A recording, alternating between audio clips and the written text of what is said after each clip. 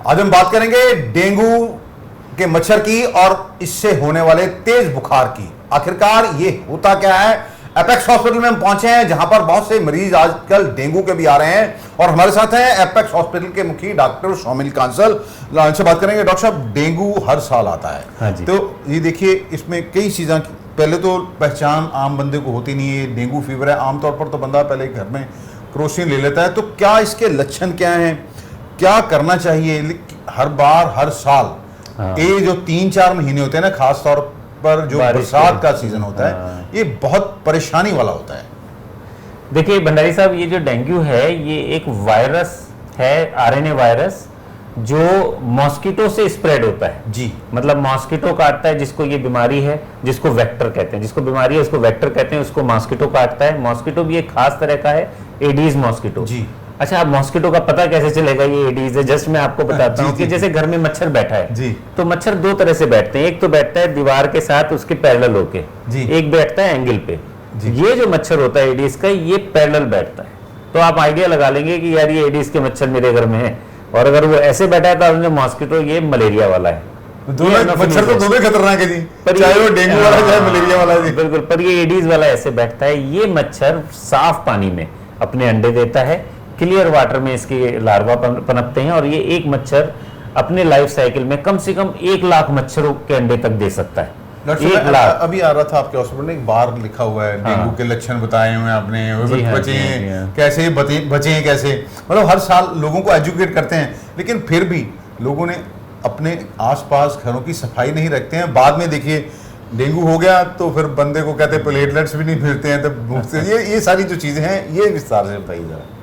देखिए, मैं जो भी बता रहा था, ये जो साफ पानी कहीं कलेक्ट ना होने दें। मोस्टली क्या होता है, गमले में पानी देते हैं, गमले के नीचे प्लेट लगाते हैं कि सारे में गंदगी ना हो, उसमें पानी इकट्ठा हो जाता है। कूलर गर्मियों में चलता है, कूलर के अंदर पानी इकट्ठा रहता है, साफ पानी उसमें हो जाता है। कोई बर्तन टूटा होता है, कोई चीज टूटी हुई, कोई कंटेनर होता है पड़ा है, उसके अंदर बारिश हुई, पानी इकट्ठा हो गया, इसके अंदर लार्वा इकट्ठे होते हैं। तो हम सब कुछ गवर्नमेंट पे नहीं छोड़ सकते। गवर्नमेंट की भी बहुत जिम्मेदारी है, पर हमारी भी ये जिम्मेदारी है अपने घर में और अपने घर के सराउंडिंग्स में कोई भी ऐसी चीज ना रखें जिसमें पानी इकट्ठा हो सके, साफ पानी। अच्छा, अब आता है कि भाई चलो मच्छर हो गया, उसने काट लिया।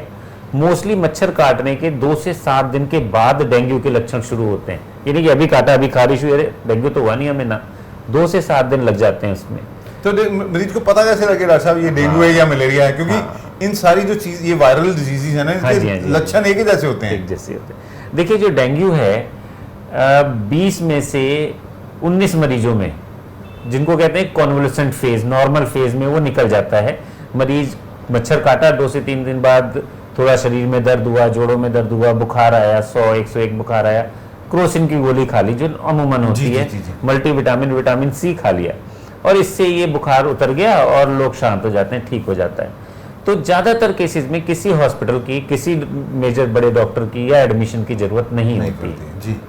किसी केसेस में, जिसको कहते हैं कि फिर एडवांस केसेस, जिसमें कि लक्षण क्या होंगे, हाथों पैरों में खारिश होने लग जाएगी जी, छोटे छोटे लाल रंग के दाने दाने से दिखाई देने लग जाएंगे जी, कभी कभी और एडवांस स्पीटीज में बड़े बड़े स्पॉट पड़ने लग जाएंगे, बुखार के साथ बहुत सीवियर बॉडी पेन, उल्टियां, कई बार दस्त, मतलब ये पूरी बॉडी के सारे ऑर्गन्स को अफेक्ट कर सकता है जी।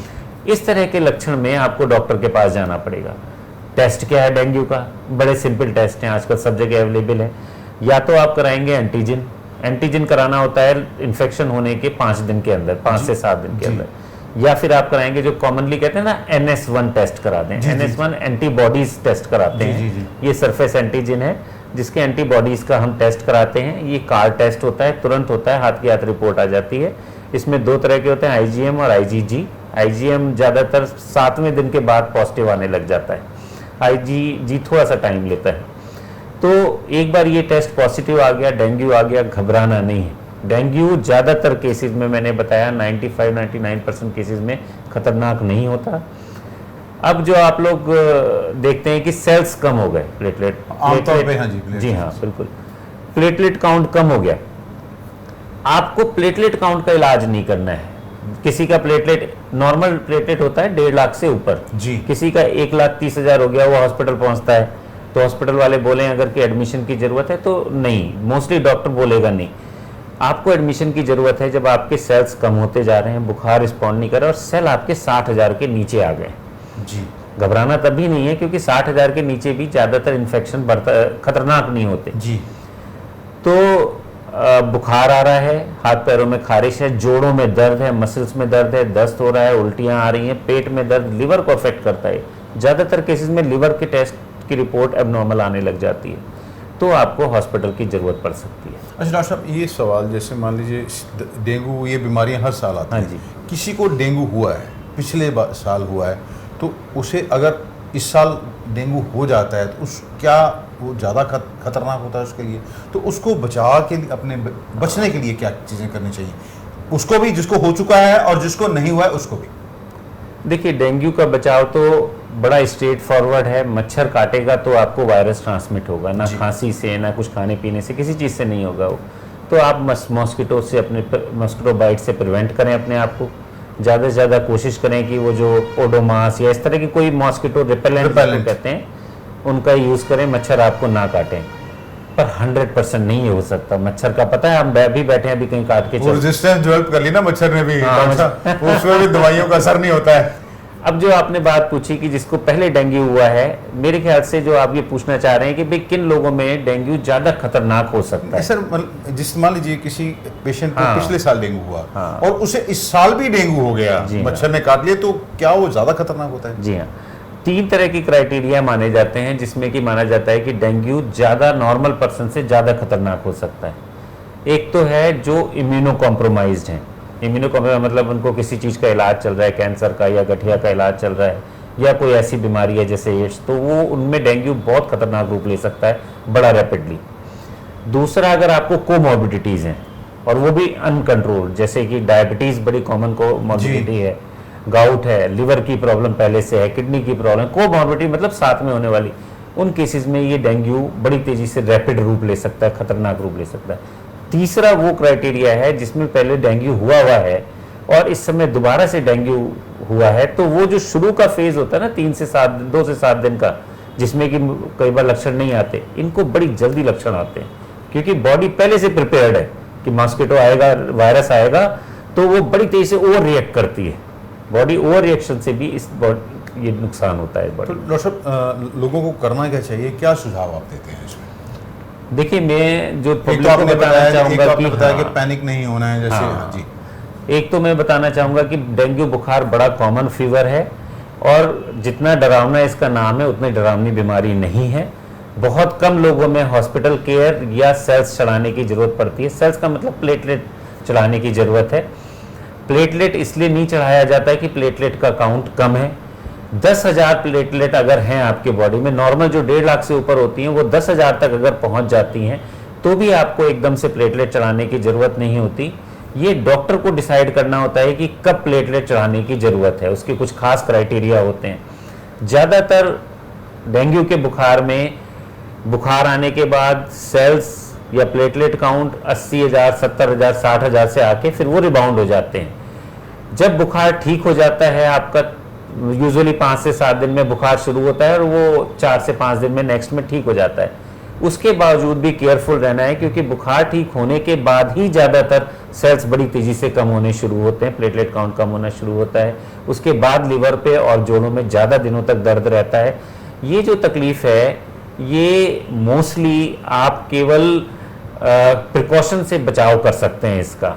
मॉस्किटो बाइट ना हो, खूब हाइड्रेशन रखें, अपना विटामिन सी की गोली लेते रहें।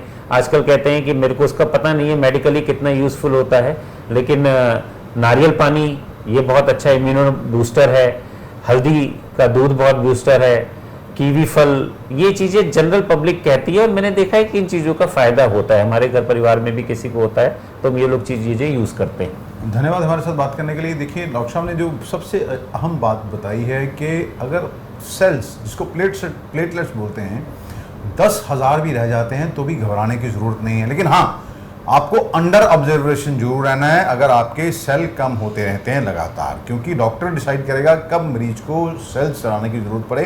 कहीं ऐसा ना हो अगर आप घर में उपचार करते रहें, आप ये देखते रहें कि मेरे 10,000 से कम हो जाएंगे तो मैं डॉक्टर के पास जाऊँगा, फिर ऐसा ना हो कि आपके मुँह से, दांतों से और जगह से ब्लड जो है वो निकलना लगे, तो बाद में यही चीज़ें घातक हो जाती हैं।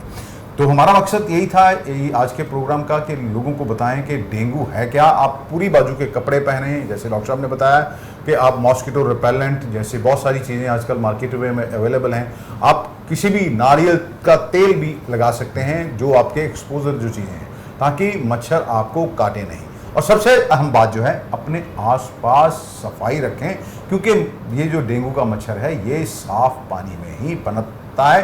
सेहत विभाग की ओर से भी बहुत सारी गाइडलाइंस इसके बारे में जो हैं वो जारी की गई हैं। इसलिए हमारा मकसद है कि आप स्वस्थ रहेंगे तो फिर हंसते खेलते आपका परिवार भी स्वस्थ ही रहेगा।